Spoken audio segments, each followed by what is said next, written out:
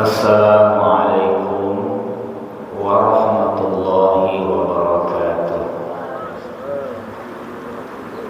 Alhamdulillah wassalatu wassalamu ala Rasulillah wa ala alihi wa ashabihi wa man wala, amma ba'd. Faqala Rasulullah sallallahu alaihi wasallam, al-iman bid'un wa sab'un aw bid'un wa sittuna syu'bah, fa afdaluha qawlu la ilaha illallah wa adnaha imatatul adha 'anil tariq wal haya' syu'batu minal iman. Rawahu muttafaqun alaih.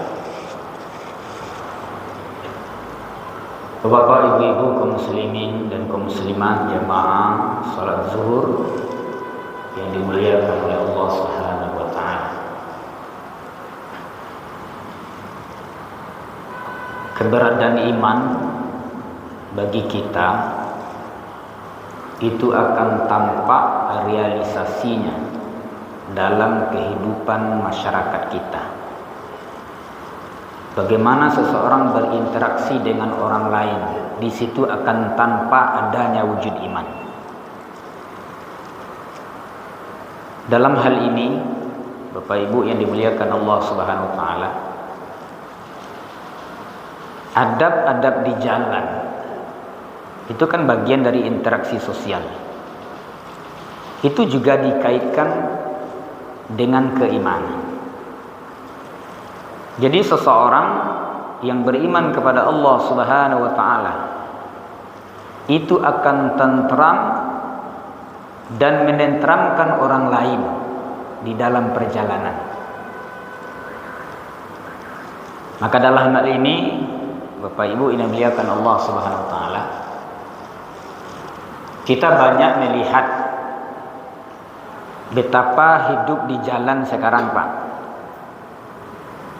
Begitu banyak orang yang menghalang jalan.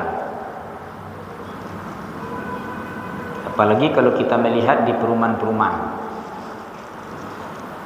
Itu banyak sekali jalan-jalan itu dihalang.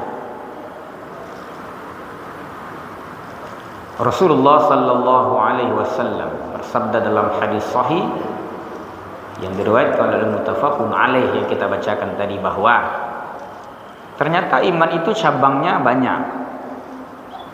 Al-iman bid'un wa sab'un aw bid'un wa sittuna syu'bah. Iman itu memiliki 70 cabang, dan iman itu juga memiliki 60 cabang. Cabang yang paling tertinggi kalimat la ilaha illallah. Cabang iman yang paling rendah itu adalah imatatul adza 'anit tariq, menyingkirkan sesuatu hal yang menghalang jalan. Jadi keimanan seseorang yang paling rendah levelnya itu ketika dia berupaya jalan itu supaya tidak ada yang menghalang. Nah, misalnya Bapak Ibu,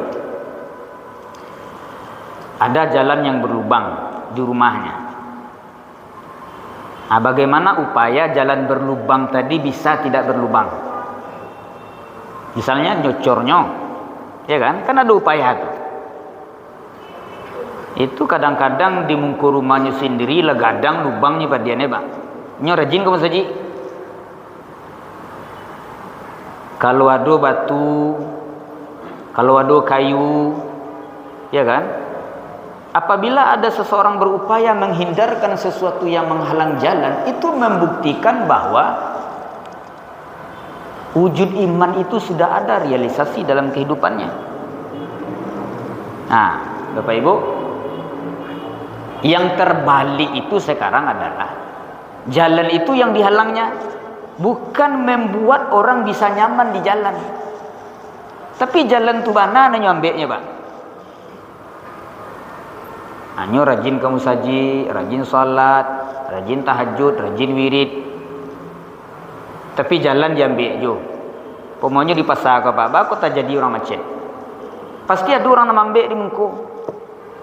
Kalau ada auto nak berhenti di muka, pasti terjadi macet. Nyo macet tu kan auto berhenti di muka.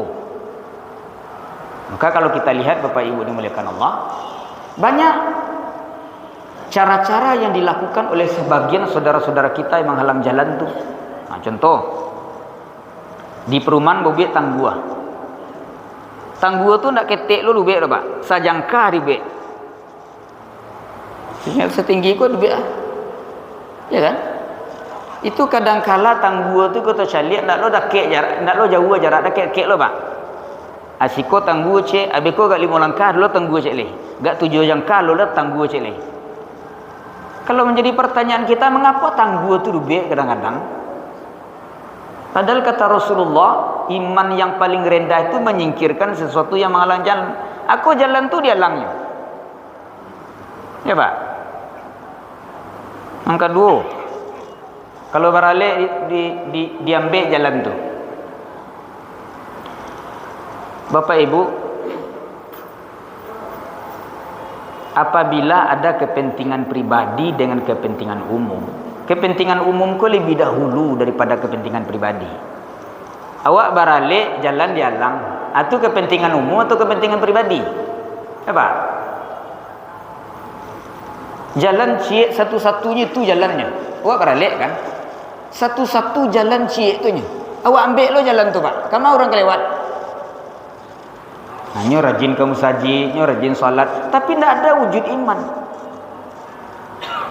Saya suatu hari Bapak Ibu jalan di tepi Bandar Kali Pak.